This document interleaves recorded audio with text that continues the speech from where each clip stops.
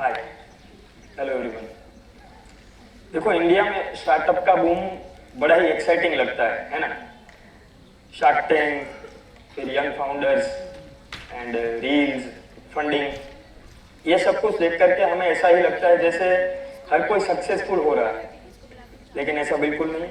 देखो, 95% startups India में 5 साल के अंदर ही बंद हो जाते हैं।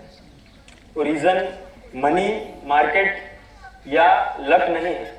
रीजन सिर्फ दो है, या तो उनके पास सही बिजनेस मॉडल नहीं होता, या फिर उनको कस्टमर की रियल लाइफ प्रॉब्लम ही नहीं पता है। ये बात मुझे बहुत पहले समझ में आ गई थी, जब मैं खुद एक स्टूडेंट था। 12th के बाद मैंने बीकॉम चूज किया। पता है क्यों? क्योंकि हर कोई कर रहा था, तो मैंने भी कर लिया।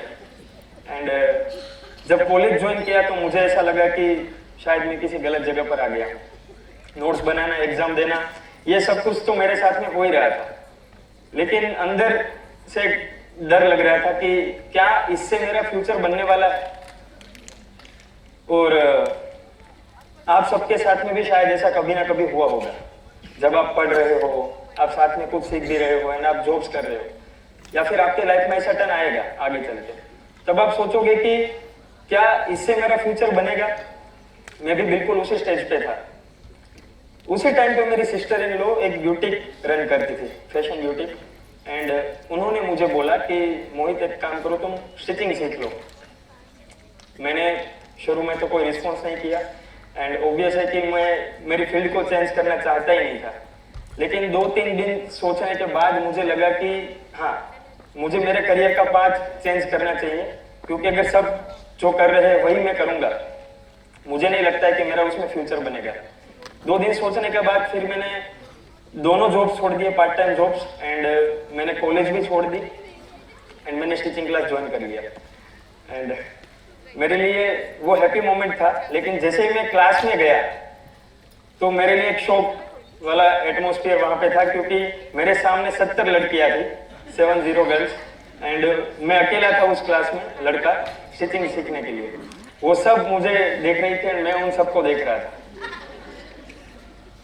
उस टाइम पे मुझे ये ख्याल आया कि ये मैं कहाँ पे आ गया। लेकिन बाय द वे वहीं से मुझे मेरी वाइफ प्रिया मिली, एंड उसने मुझे स्टिचिंग सीखने में काफी हेल्प की। Thank you. उस क्लास में मुझे एक प्रॉब्लम दिखी, एंड वही मेरे करंट बिजनेस की फाउंडेशन बन गई। मुझे दिखा कि वहां पे बहुत सारी महिलाएं, लेडीज ऐसी है जिनके अंदर स्किल्स है, टैलेंट है, लेकिन डायरेक्शन नहीं है। सही डायरेक्शन ना होने की वजह से वो एक अच्छी अर्निंग नहीं बना पा रही थी। और पहली बार मुझे ये आइडिया किसी बुक या रील्स देख करके नहीं, एक रियल लाइफ प्रॉब्लम मुझे दिखा था। इंडिया में स्टार्टअप की या टैलेंट की कमी नहीं है, इंडिया में डायरेक्शन की कमी है। हाउसवाइफ जिनको एक फैशन बिजनेस खड़ा करना है, उनको रास्ता नहीं पता। स्कूल के स्टूडेंट्स जिनको स्टार्टअप करना है, कॉलेज के स्टूडेंट्स को स्टार्टअप करना है, लेकिन उनको अपने आइडिया पे कॉन्फिडेंस नहीं है, उनको डर लगता है। एंड छोटे छोटे स्मॉल टाउन से जो लेडीज आती है, उनके पास टैलेंट बहुत है, लेकिन उनके वहां पे अपॉर्चुनिटीज नहीं है। तब जा करके मैंने सोचा कि क्यों ना एक ऐसा प्लेटफॉर्म बनाया जाए जहां पर लोग ऑनलाइन स्किल सीख कर अपना पोटेंशियल ग्रैब करें एंड उनको एक अच्छी अर्निंग मिले। अगर मैं ऐसा कर पाऊंगा तो मेरा बिजनेस एक अच्छा रेवोल्यूशन बन जाएगा। एंड वहीं से शुरुआत हुई राजा रानी कोचिंग की। शुरू के 2 सालों में हमें काफी एफर्ट लगाने पड़े लोगों को ये समझाने में कि हाँ, फैशन डिजाइनिंग एंड सिलाई काम आप ऑनलाइन भी सीख सकते हो। Anyone can learn fashion designing online. लेकिन टाइम के साथ साथ ये प्रॉब्लम हमारी कैटर हो गई। देखो, मेरे हिसाब से किसी भी बिजनेस को 3 स्टेप से गुजरना चाहिए, एंड मैं खुद अपने किसी भी स्टार्टअप के या वेंचर को इन 3 स्टेप से पास आउट करता हूं। पहला स्टेप है, क्या आप किसी कस्टमर की रियल लाइफ प्रॉब्लम को सोल्व कर रहे हो? अगर ऐसा है तो आपका आइडिया क्यूट एंड कूल भले ही ना हो, लेकिन वो सक्सेसफुल होने के चांसेस बहुत बढ़ जाते हैं।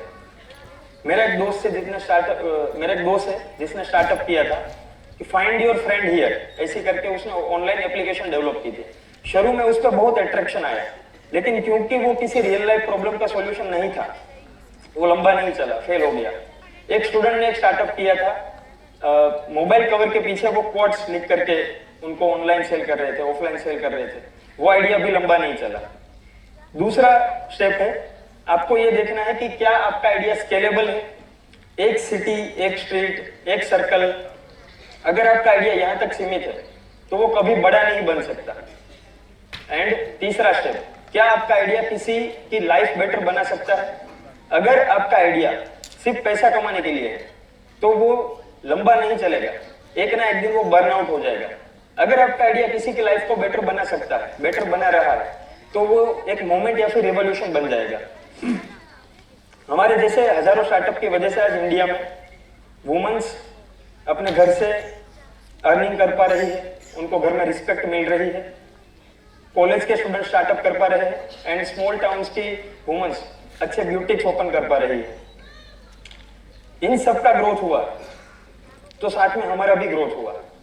आज 2 लाख से ज्यादा स्टूडेंट्स की कम्युनिटी है, हमारी नेशन वाइड कम्युनिटी है। शार्क टैंक इंडिया पे हमें प्रेजेंस मिला था, Forbes and Guinness world record, ये सब कुछ भी हमने अचीव किया। मैं इन सबको इन डिटेल में यहाँ पे डिस्कस करने के लिए नहीं आया हूँ। मैं बस ये बताना चाहता हूँ कि मेरा टुमारो इसीलिए अनफोल्ड हुआ क्योंकि मैं किसी की रियल लाइफ प्रॉब्लम के साथ में खड़ा हो गया था, भले ही वो प्रॉब्लम छोटी लग रही हो।